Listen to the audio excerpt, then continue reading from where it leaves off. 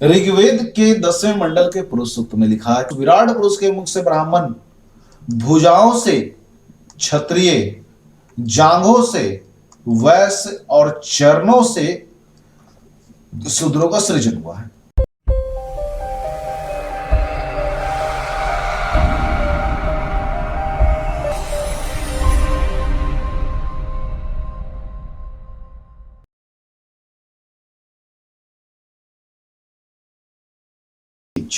क्या है? अमन, जय हिंद। वैदिक एज, वैदिक सभ्यता, ये क्या है तो समझो। इसे समझने के पहले थोड़ा वेदों को समझो, फिर वैदिक एज समझेंगे। दुनिया में सबसे पहले, सबसे प्राचीन टाइम पीरियड में 4 वेद आए थे, यानी दुनिया के जो सबसे प्राचीन ग्रंथ है ना, किताब है, वो 4 है। पहला है ऋग्वेद, दूसरा है यजुर्वेद, तीसरा है सामवेद और चौथा है अथर्ववेद।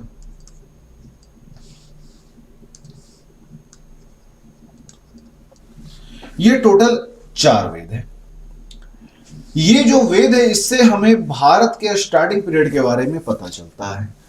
तो इन वेदों के माध्यम से हमें क्या पता चलता है कि ये जो वैदिक एज है, वैदिक एज, इसे 2 भागों में बांटा जा सकता है। इसी वेद ग्रंथ के आधार पर ही 2 भागों में बांटा जा सकता है। पहला जो अपना पार्ट होगा वो कहलाएगा ऋग वैदिक एज।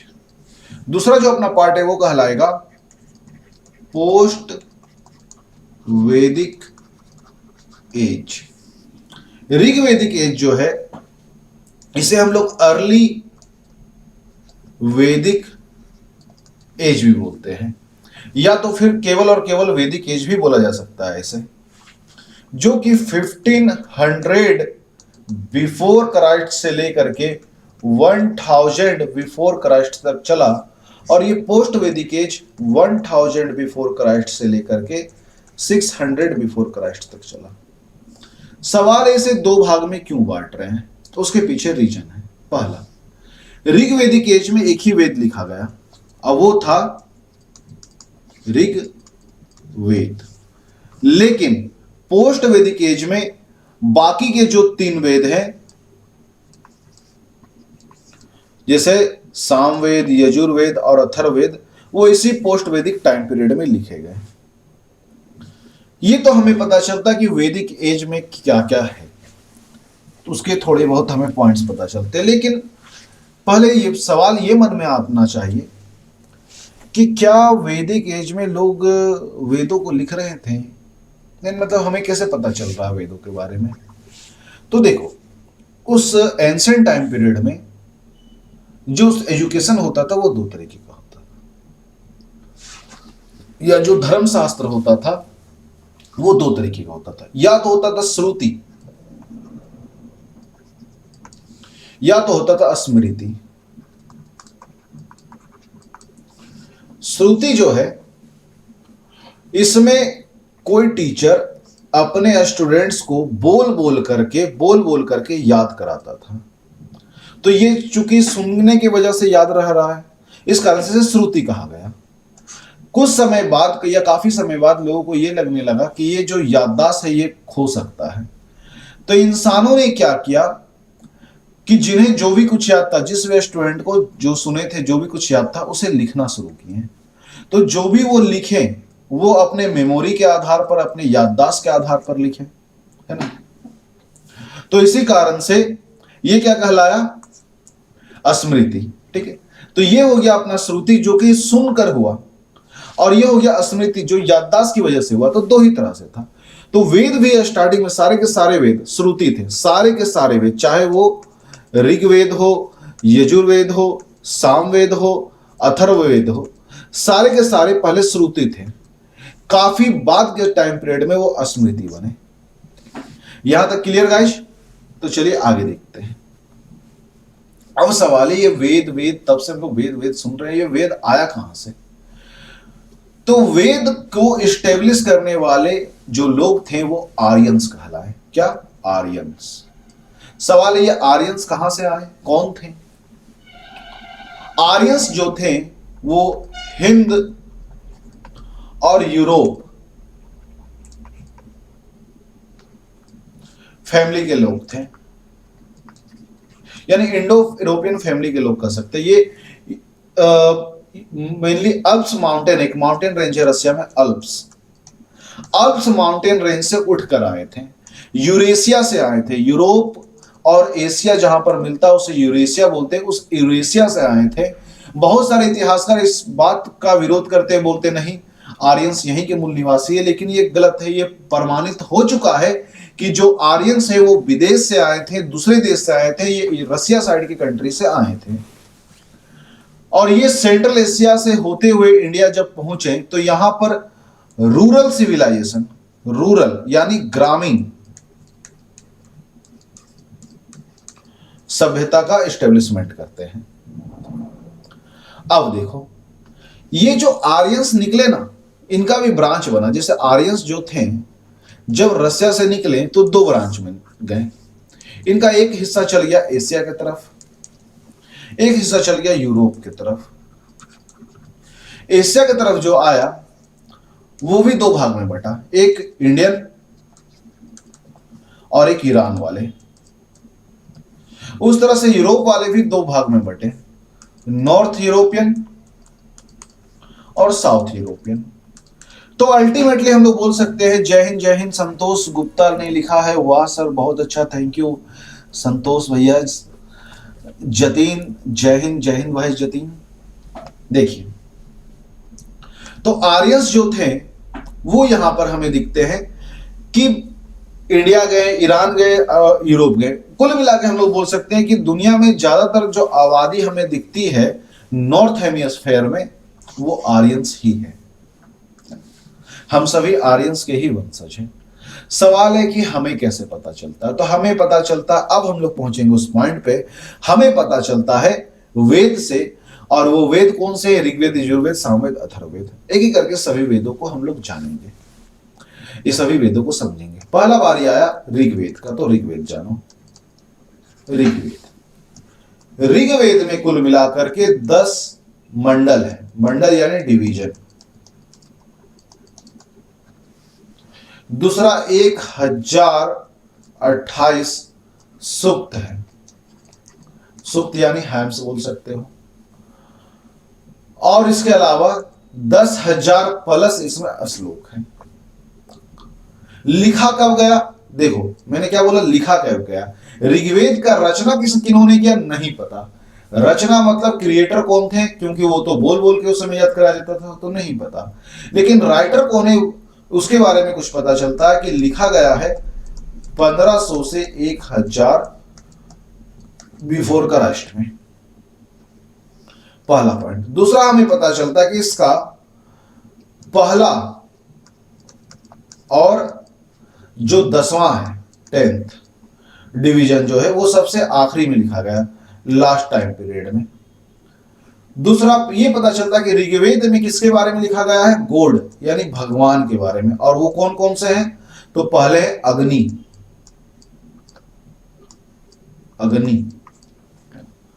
दूसरे हैं इंद्र और तीसरे हैं सोम। ये अग्नि कहलाए आग के देवता, इंद्र फिलहाल तो बारिश से कहलाते लेकिन उस वक्त कहलाए युद्ध के देवता, और सोम जो है एक तरह का पेय था, ड्रिंक था, पेय बनाने का पौधा या पेय था, एक तरह का ड्रिंक था, जिससे क्या होता था? उम्र बढ़ता था और बहुत सारे इस तरह के समस्याओं को दूर किया जाता था इससे। लंबी कहानी है, कभी मौका मिलेगा इस पे बताऊंगा मैं, बहुत लंबी कहानी है। नेक्स्ट समझना, ये जो पूरा का पूरा ऋग्वेद है ये आर्यंस के टाइम पीरियड में लिखा गया, जिनसे उनके समाज के बारे में, उनके कल्चर्स, रिचुअल्स, इन सब के बारे में पता चलता है। और एक ये बात पता चलता है कि समाज कैसा होना चाहिए, क्योंकि ऋग्वेद यही सोच के लिखा गया था ऋषियों के द्वारा कि वो एक आइडल, एक मॉडल सोसाइटी के बारे में लिखे कि ऐसा ऐसा होना चाहिए। और उम्मीद है शायद ऋग्वेदिक काल में जैसा ऋग्वेद में लिखा गया है वैसा ही ऋग्वेदिक काल में हुआ करता होगा। दूसरा, किस लैंग्वेज में लिखा गया? तो इसका लैंग्वेज जो है वो है प्राक संस्कृत। क्या है? प्राक संस्कृत, है ना, जो कि बाद में संस्कृत के जैसा मिलने लगा। इसे प्राक संस्कृत या वैदिक संस्कृत भी बोलते हैं, वैदिक संस्कृत। ये नॉर्मल संस्कृत से अलग होता है, ठीक है। बाद में संस्कृत से इसका मैचिंग हो गया काफी हद तक। चलिए नेक्स्ट देखते हैं। अब है इसके कुछ पुरातात्विक स्रोत क्या क्या है। तो देखो, इसके यानी ऋग्वेद के अलावा और भी कुछ ऐसे स्रोत हैं जिससे हमें ऋग्वेदिक टाइम पीरियड के लोगों के बारे में पता चलता है। जैसे एक है बोगज कोई अभिलेख, बोगज कोई इंस्क्रिप्शन।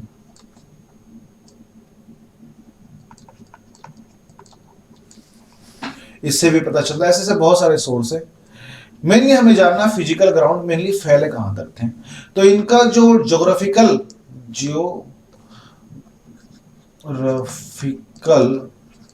स्प्रेड था, यानी जो फैले हुए थे, उसे कहा जाता सप्त सैंधव। क्या कहते हैं? Just a minute. सप्त सैंधव। सप्त सैंधव क्षेत्र मतलब उसमें 7 सिंधु की नदियों का क्षेत्र, जैसे इंडस यानी सिंधु, सरस्वती, फिर है सतलज, नेक्स्ट हो जाता है व्यास, उसके बाद है रावी, फिर है झेलम और चेनाब। ये सभी मिलकर के सप्त सैंधव स्थल बनाते हैं और यहीं पर ये फैले हुए थे। इसमें सबसे अगर कोई इंपॉर्टेंट रिवर है वो है इंडस यानी सिंधु। इंडस यानी सिंधु।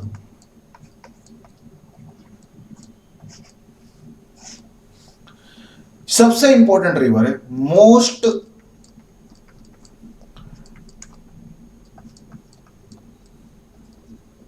इंपॉर्टेंट रिवर, पहला पॉइंट। दूसरा, सबसे अधिक जिक्र ऋग्वेद में अगर किसी का है तो इसी का है, सबसे अधिक जिक्र। इसके अलावा और एक गंगा का के बारे में भी एक बार जिक्र किया गया है, यमुना के बारे में 3 बार किया गया है, और इसके अलावा कुल मिलाकर 25 नदियों का जिक्र है। लेकिन सबसे अधिक जिक्र सिंधु का किया गया है क्योंकि सारे के सारे लोग सिंधु किनारे बसे। इसके अलावा एक बहुत ही होली रिवर है वो सरस्वती। सरस्वती, जैसे आज गंगा को हम लोग होली रिवर बोलते हैं, उस तरह से उस वक्त सरस्वती थी होली रिवर। और ये जो सरस्वती बनती थी कैसे बनती थी? तो घग्गर और यमुना के मिलने से, घग्गर और यमुना के मिलने से सरस्वती बनती थी। बाद के टाइम पीरियड में क्या हुआ? और घग्गर कहां से आती थी? ये सतलज से आती थी। घग्गर जो थी वो सतलज से आती थी। बाद के टाइम पीरियड में क्या हुआ? यमुना का रूट जो है वो डाइवर्ट कर दिया गया था, ठीक है, या नेचुरली डाइवर्ट हुआ था, उसके बारे में कहना मुश्किल है, लेकिन यमुना का रूट डाइवर्ट हो गया। डाइवर्ट होने की वजह से इसमें पानी अब कम आने लगा। घग्गर नदी जो आ रही थी वो कम आने लगा। सतलज जो इसे हेल्प करती थी बहने में, वो भी अब कम बहने लगी और अल्टीमेटली ये नदी सूख गई। समझे बात? सरस्वती जो है फिर सूख गई। हाँ, तो वही इंडस वैली सिविलाइजेशन में ही था वो।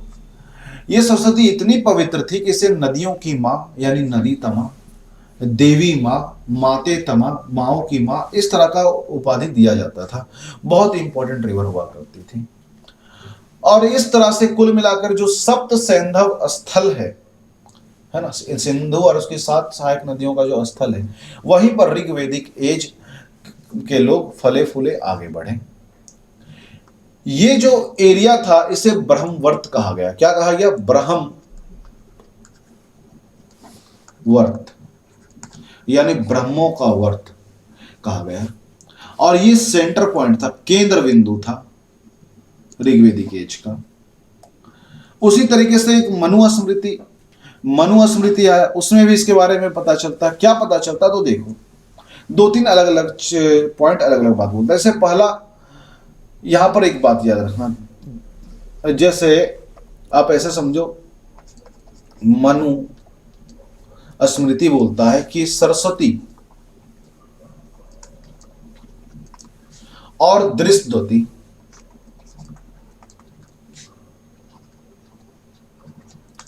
रिवर के बीच का जो एरिया था वो कहलाया ब्रह्मवर्त। ब्रह्मवर्त। लेकिन वेद में क्या लिखा हुआ है, बाकी वेद में, बाकी ग्रंथों में लिखा हुआ कि नहीं, सतलज और यमुना के बीच का एरिया जो है वो कहलाया ब्रह्मवर्त। पहला पॉइंट। तो ये ब्रह्मवर्त क्या है, ब्रह्मवर्त जो था वो सेंटर पॉइंट हुआ करता था। ये क्या कहलाता था, सेंटर पॉइंट, सेंटर पॉइंट, केंद्र बिंदु। ठीक है। दूसरा हम लोग देखते हैं, एक और वर्ड यहां पर आता है, ब्रह्मर्षि देश। ब्रह्मर्षि, ये ब्रह्मर्षि देश किसे बोलते हैं, ये बोलता है क्या कि गंगा और यमुना के बीच का जो एरिया है, जिसे दोआब बोलेंगे, दो नदियों के बीच का एरिया दोआब, वो गंगा यमुना दोआब जो है वही कहलाएगा ब्रह्मर्षि देश। वही कहलाएगा क्या, ब्रह्मर्षि देश, है ना।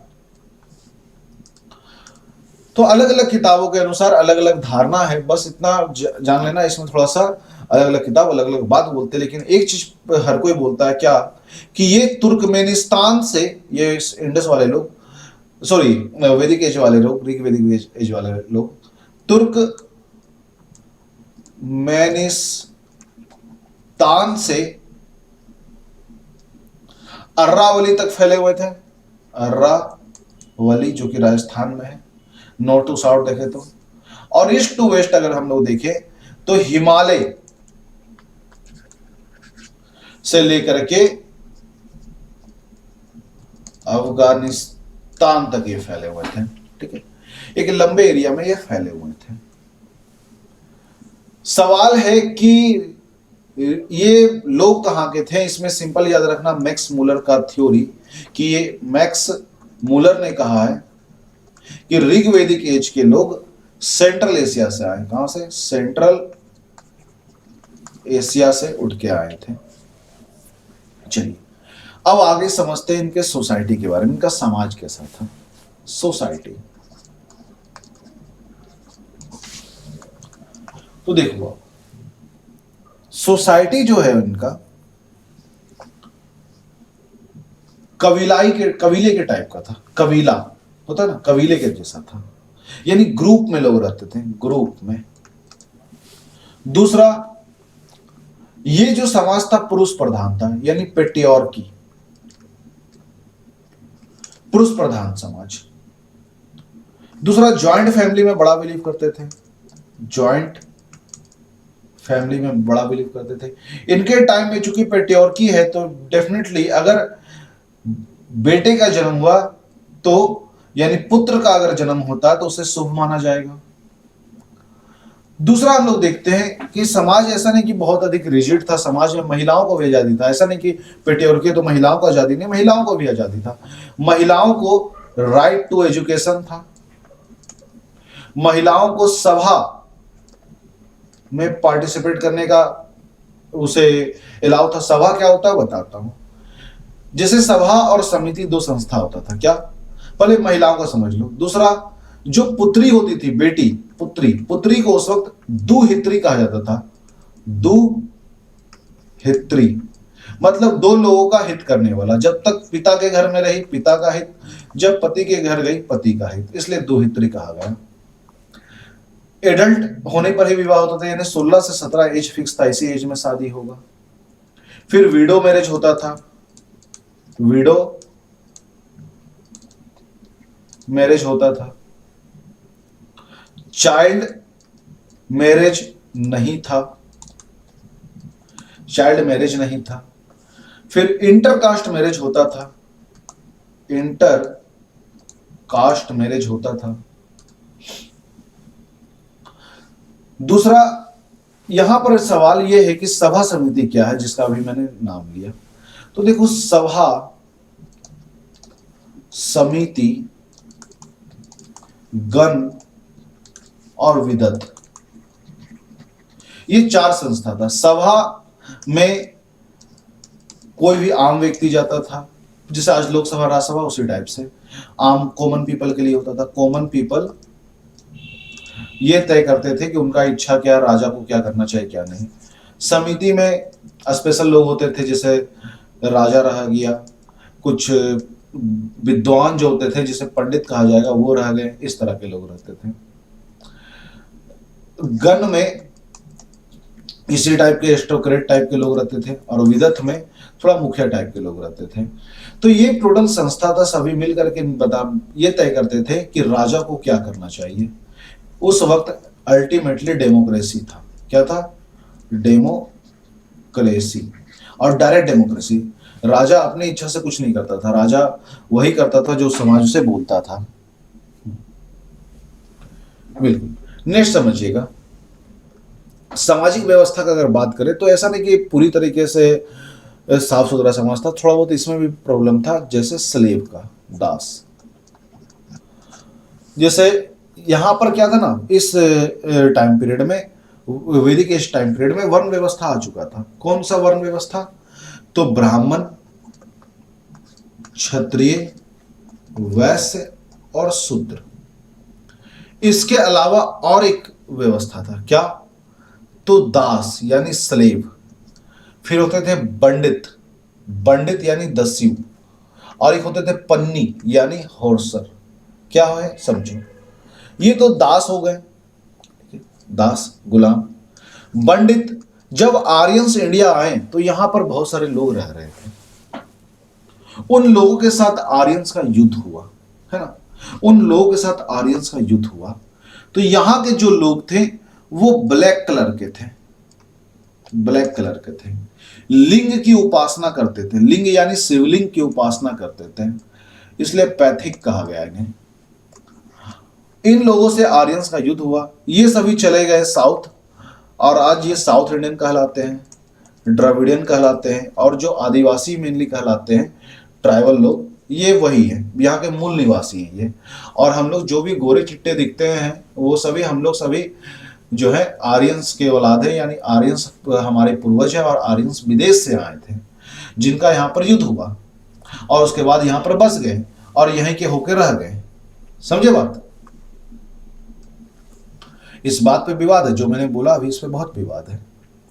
अब समझिएगा, ये जो आर्यंस थे इनका सोसाइटी कैसा था, यहीं पर आपको बहुत कुछ पता चलेगा। सोसाइटी, इनका जो समाज था, इनका जो समाज था, यहां पे वर्ण सिस्टम चलता था। वर्ण, वर्ण का मतलब दो चीज हुआ, कलर और दूसरा आपका प्रोफेशन। बार बार एक ही गलती हो रहा है, प्रोफेशन।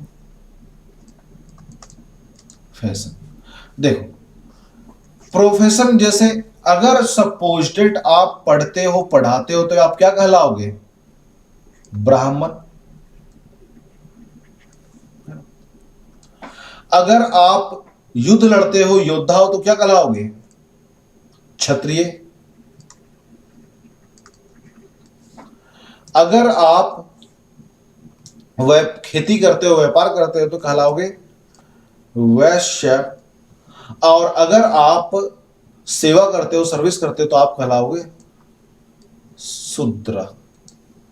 यानी अगर कभी किसी क्षत्रिय का मन किया कि हम किसी का सेवा करें तो क्या करेगा वो? तो शूद्र कहलाने लगेगा। किसी शूद्र का मन किया कि वो व्यापार करे तो वैश्य कहलाने लगेगा। किसी वैश्य का मन किया कि वो पढ़े और पढ़ाए तो ब्राह्मण कहलाएगा। किसी ब्राह्मण का मन किया कि वो युद्ध लड़े तो वो योद्धा कहलाएगा। यानी कि यहां पर ऐसा सिस्टम था कि जो जिस काम को करेगा, जिस कर्म को करेगा, उस वर्ण का कहलाएगा। है ना। कर्म व्यवस्था जो था यानी वर्ण व्यवस्था जो था कर्म आधारित था, यानी जाति जो था कर्म आधारित था। ये मैं ऋग्वेद का बात कर रहा हूं, ऋग्वेदिक टाइम पीरियड का बात कर रहा हूं। दूसरा समझिएगा यहां पर, ये थ्योरी आया कहां से? ये आया ऋग्वेद के 10वें मंडल के पुरुष सूक्त से।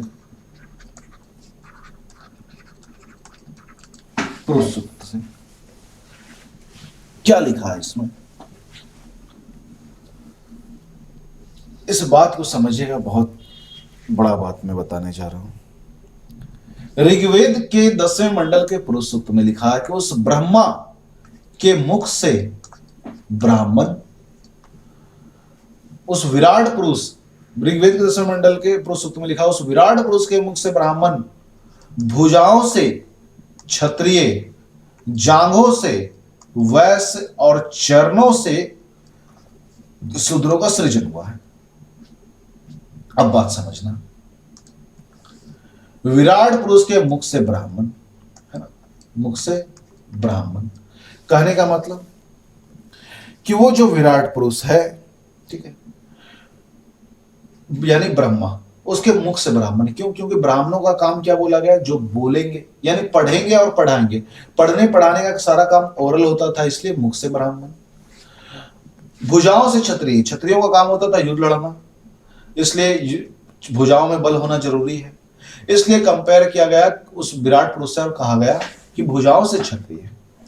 वैसे वो काम था कि उस वक्त खेती बाड़ी करना, और उस वक्त बैल खेत नहीं जोतते थे, इंसान खुद खेती करता था, खुद खेत को जोतता था, जिससे थाई में बहुत अधिक पावर चाहिए, फोर्स चाहिए। तो इसलिए कहा गया थाई से, जांघों से, वैश्य से। और शूद्रों का काम होता था दूर दूर जाकर के लोगों की सेवा करना, जैसे बाल काटना, हजामत बनाना, साफ सफाई करना। तो इसलिए कहा गया शूद्रों का चरणों से शूद्रों का सृजन हुआ है। यहां पर इन चारों में से कहीं भी जन्म आधारित कर्म का हमें प्रमाण नहीं मिल रहा है। ये सर नो, कहीं भी हमें ऐसा एहसास हो रहा है कि जन्म आधारित जाति है, कर्म आधारित जाति है, आप जैसा काम करोगे वैसी जाति के कहलाओगे। यही था फिलॉसफी। सवाल है ये बदल कैसे गया, इसमें इतना चेंजेस कैसे आ गया? तो वो समझना, वो मैं आपको बताता हूं इन सबों के आगे हुआ क्या। यहां पर यह समझ लो कि ब्राह्मण, क्षत्रिय, वैश्य, शूद्र का जो फिलॉसफी है पूरी तरीके से लॉजिकल था। और इसे वर्ण क्यों कहा गया, इसे वर्ण क्यों कहा गया, तो वो समझो। जो ब्राह्मण होते थे, जो ब्राह्मण होते थे वो, एक मिनट, व्हाइट कलर का थ्रेड पहनते थे, ब्राह्मण जो होते थे। जो क्षत्रिय होते थे वो रेड कलर का थ्रेड पहनते थे। जो वैश्य होते थे वो ग्रीन कलर का थ्रेड पहनते थे। और जो शूद्र होते थे वो ब्लैक कलर का थ्रेड हाथ में पहना जाता था, जैसे आज हम लोग पहनते हैं मौली धागा जिसे बोलते हैं, है ना। तो उसी तरीके से उस वक्त भी पहना जाता था, क्योंकि उस वक्त फेसबुक और व्हाट्सएप तो था नहीं। एक कोई किसी को देखेगा तो उससे जाति तो डायरेक्ट उसका पूछेगा नहीं, उससे उसका काम तो पूछेगा नहीं। तो वो पहचान होता था, आइडेंटिफिकेशन के लिए इनका इस्तेमाल किया जाता था। ठीक है, समझे बातों को? इसलिए वर्ण कह दिया गया। वर्ण व्यवस्था में क्या ऐसा प्रॉब्लम आ गया कि सब कुछ उलटफेर हो गया और कर्म के बजाय जन्म मैटर करने लगा? तो उसे भी हम लोग जानेंगे आगे के सेशन में। अभी इधर देखो, आगे के टॉपिक में इधर देखो। पहले बस इतना जान लो, ऋग्वैदिक काल बहुत ही बेहतरीन काल था। जो जिस काम को करेगा वो उस जाति का कहलाएगा, और जो जिस जाति का होगा वो उस जाति के बजाय दूसरे जाति में भी जाने का क्षमता रखेगा। ये था, बिल्कुल आइडेंटिटी कार्ड के तौर पे ये काम करता था, बिल्कुल आदित्य। लेकिन सवाल है कि क्या इसमें ऐसा चेंजेस आ गया, क्या ऐसा प्रॉब्लम आ गया कि ये जन्म आधारित हो गया? बड़ा अच्छा एक पॉइंट याद आया।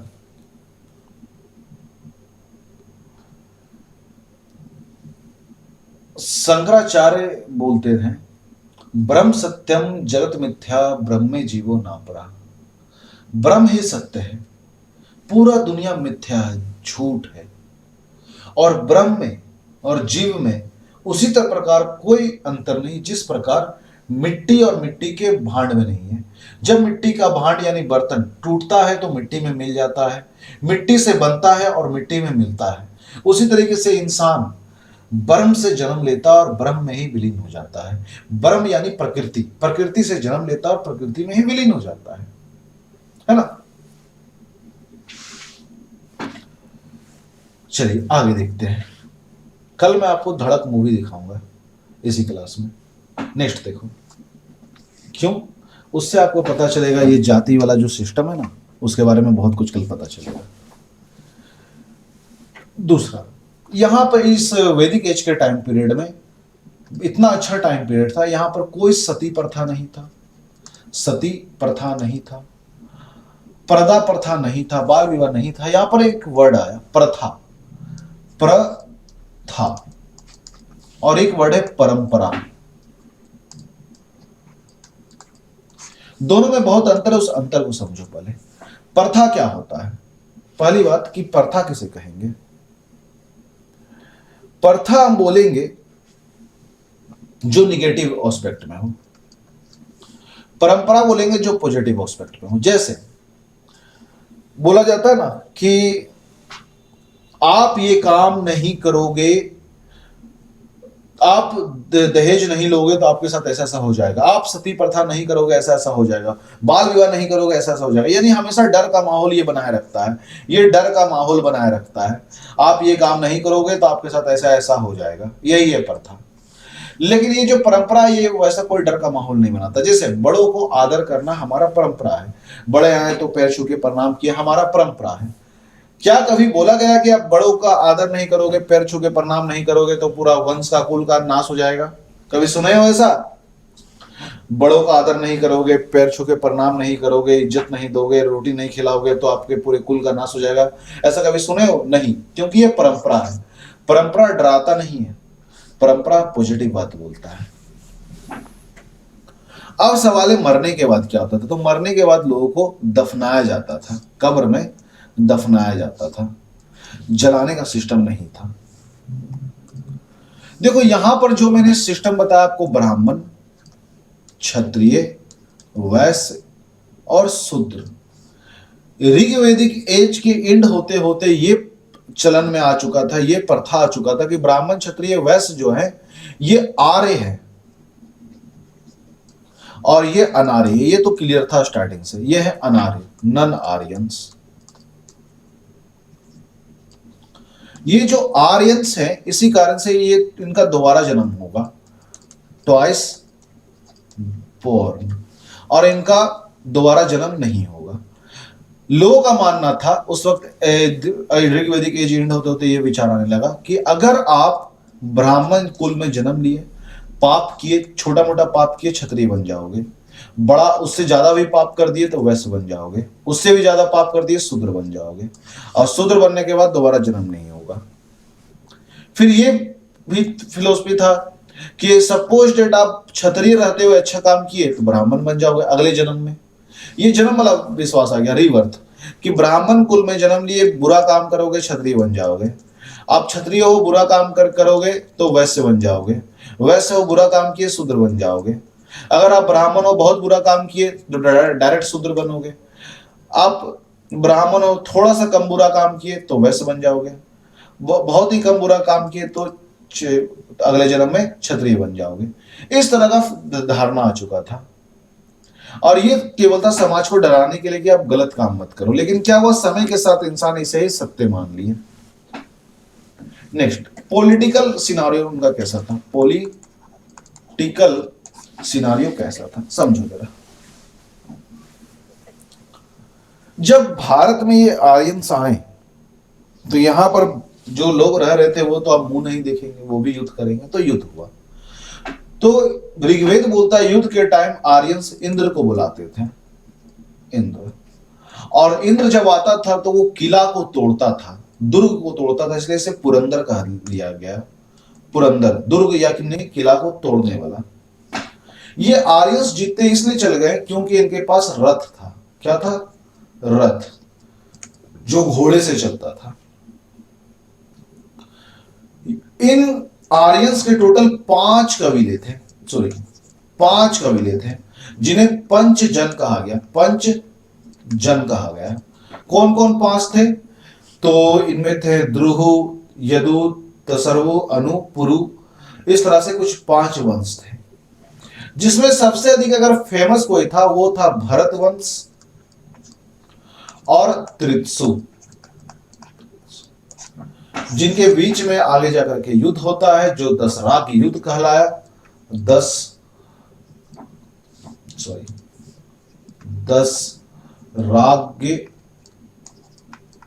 युद्ध कहलाया। और इस युद्ध में बहुत अधिक कह सकते हैं बड़े लेवल का युद्ध था। बहुत सारे लोग इसे महाभारत से भी जोड़ते हैं इस दसराग के युद्ध को, लेकिन कहानी थोड़ा मुश्किल है कहना। हाँ, अब आगे देखो। अब हम लोग बात करेंगे राजनीतिक व्यवस्था का। राजनीतिक व्यवस्था की अगर बात करें तो सबसे छोटी इकाई समाज का वो होता है फैमिली। ग्रुप ऑफ फैमिली से क्या बन जाता है? ग्राम यानी विलेज। ग्रुप ऑफ विलेज से क्या बनेगा? विस। उस वक्त विस कहलाता था, विस, जिसे आज हम लोग शहर, डिस्ट्रिक्ट बोलते हैं, सॉरी। और विस के समूह से क्या बनेगा? जन, जिसे आज हम लोग स्टेट बोलते हैं। फैमिली का तो प्रमुख कोई भी रहा, हर फैमिली का अलग अलग। जो गांव का प्रमुख होता था वो ग्रामणी कहलाया, ग्रामणी। विस का प्रमुख जो हुआ वो विस्पति कहलाया। और जो जन का प्रमुख हुआ वो राजन कहलाया। क्या कहलाया? राजन कहलाया। ठीक है, नेक्स्ट समझिएगा राजनीतिक व्यवस्था। जो देखें देखो, नॉर्मली कहीं कहीं पे वंश के आधार पर हेरिडेटरी था, लेकिन ज्यादातर जगह पर वैदिक एज में डेमोक्रेसी था। डेमोक्रेसी या रिपब्लिक बोल दो, रिपब्लिक। जो सभा समिति गण विधत होता था, ये चारों मिलकर तय करते थे कि अगला राजा कौन होगा, राजा क्या करेगा क्या नहीं, ये इन्हीं सबों का काम था। दूसरा, इस ऋग्वैदिक टाइम पीरियड में जो टैक्स होता था ना, वो स्वेच्छा से होता था, यथाशक्ति तथा भक्ति। आपको इच्छा है तो टैक्स दो, नहीं इच्छा है तो मत दो, कंपलसरी नहीं हुआ करता था। दूसरा, जो न्याय दिया जाता था वो भी कास्ट या वर्ण के आधार पर, वर्ण के आधार पर। अगर आप ब्राह्मण हो, गलती किए तो आपको बड़ा सजा मिलेगा। अगर आप क्षत्रिय हो, गलती किए तो थोड़ा सा छोटा मिलेगा। अगर आप वैश्य हो, गलती किए तो और कम सजा मिलेगा। और शूद्र होकर गलती किए तो बहुत कम सजा मिलेगा। क्योंकि ये मानना था ब्राह्मण होते हुए आपके पास ज्ञान बहुत है, फिर भी आप गलती कर दिए। क्षत्रिय होते हुए आपके पास ज्ञान थोड़ा सा कम है, फिर भी आप गलती किए। वैश्य होते हुए आपके पास ज्ञान और भी कम है, इसलिए गलती के लिए कम सजा। शूद्र आप इसलिए हो क्योंकि आप एकदम से अज्ञानी हो, इसलिए बहुत कम सजा। ये था व्यवस्था, जो कि एकदम से उल्टा हो गया उत्तर वैदिक काल में। उत्तर वैदिक काल में बहुत कुछ बदला है। इतना जान लो, ऋग्वैदिक एज का जो वे ऑफ लिविंग था, वो आज के समाज का जो सबसे बेहतरीन सोसाइटी होगा, उसमें जिस नीति को फॉलो किया जाता होगा, वो बिल्कुल ऋग्वैदिक एज पर आधारित है। मतलब ऋग्वैदिक एज का जो विचार था वो जबरदस्त था, लाजवाब था, बहुत ही लॉजिकल था। लेकिन समय के साथ मिलावट होते गया, बदलते गया। और वैसे भी परिवर्तन संसार का नियम है, समय के साथ हर चीज को बदलना ही होता है।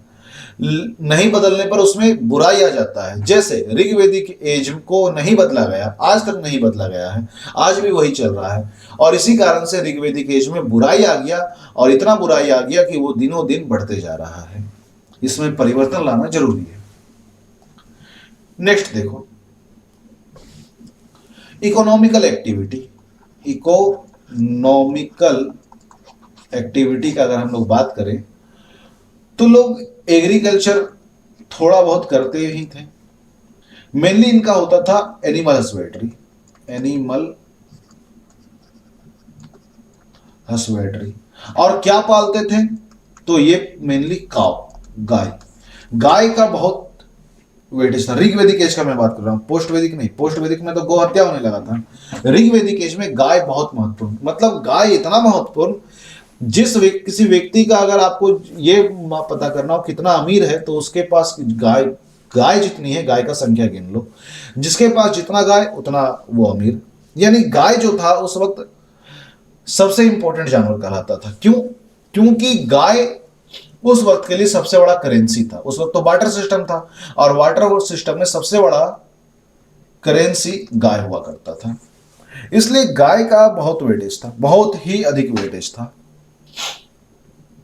दूसरा, इस टाइम पीरियड में और क्या क्या हुआ, तो इकोनॉमिकल एक्टिविटी का अगर बात करें तो लोग सिक्कों का इस्तेमाल तो कर नहीं रहे थे, बार्टर सिस्टम पर आधारित थे। दूसरा चीज, लोग लोहे को नहीं जानते थे। ऋग्वेदिक एज में आयरन नाम का कोई धातु होता है, इसके बारे में किसी को कुछ नहीं पता था। मेनली लोग कॉपर यानी तांबा या ब्रॉन्ज यानी कांसा का इस्तेमाल किया करते थे। दूसरा, लोग खेतीबाड़ी करते थे, और खेतीबाड़ी का पूरा जिक्र मिल जाता है। अब है अगला धर्म यानी रिलीजन।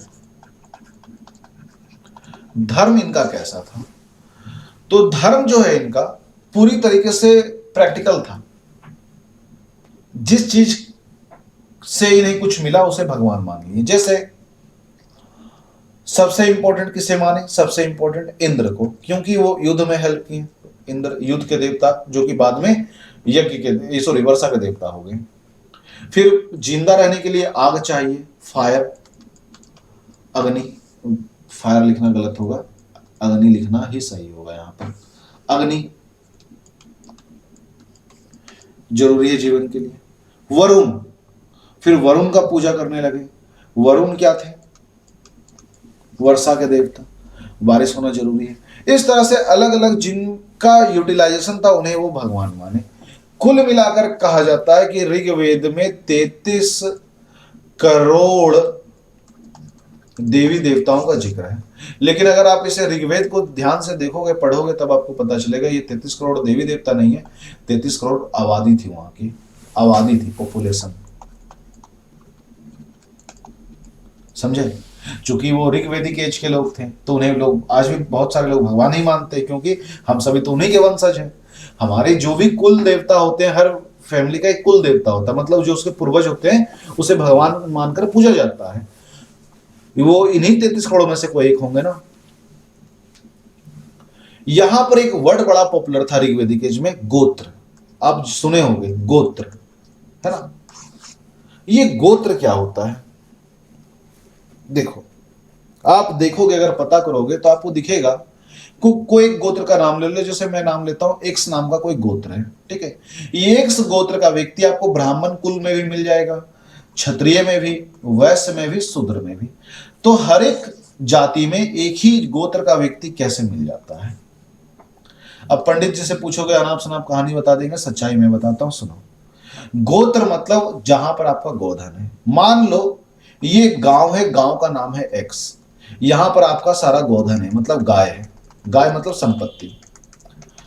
आप इस गांव से निकल के आ गए वाई, ठीक है। वाई में जब घूमने के लिए या किसी काम के लिए आए, तो पूरा संपत्ति थोड़ी ना उठा के लेते आओगे या बेच के आ जाओगे, वैसा तो नहीं है। वाई गांव में आपसे कोई पूछ लिया, वन नाम का व्यक्ति आपसे पूछ लिया कि बाबू आपका गोधन कहाँ है, तो क्या बोलोगे? एक्स नामक गांव में है ना। तो जहां पर इंसान का गोधन बंधा होता था, उस गांव को गोत्र कहा जाता था। इसलिए जितना भी गोत्र, जैसे सांडल्य गोत्र, कन्नव गोत्र, भारद्वाज, कश्यप, इस तरह से जितने भी गोत्र आपको सुनने में मिलते हैं, वो गोत्र का नाम किसी ना किसी व्यक्ति के नाम के ऐसा प्रोनाउंस होता है, और गांव का नाम व्यक्ति के नाम पर रखा जाता था। तो यहां पर भी क्लियर होता है कि गोत्र जहां पर आपका गोधन रखा हो। क्लियर है सब होगा? कमेंट कीजिएगा, सब होगा क्लियर है? इसके अलावा ऋग्वेद में जितने भी देवताओं का नाम है उसे हम लोग 3 भाग में बांट सकते हैं। पृथ्वी के देवता, है ना, पृथ्वी के देवता, धरती के देवता, जो धरती में है। जैसे आग यानी अग्नि बोल सकते हैं हम लोग, अग्नि। सोम बोल सकते हैं, पृथ्वी में ही मिलेगा सोम, पृथ्वी, ये सारी चीज। सरस्वती। दूसरा बोलते हैं आकाश के देवता, आकाश, जो आकाश में हमें दिखता है, जैसे सूर्य। और एक है अंतरिक्ष के देवता, यूनिवर्स, अंतरिक्ष के देवता, जैसे वायु, इस तरह से।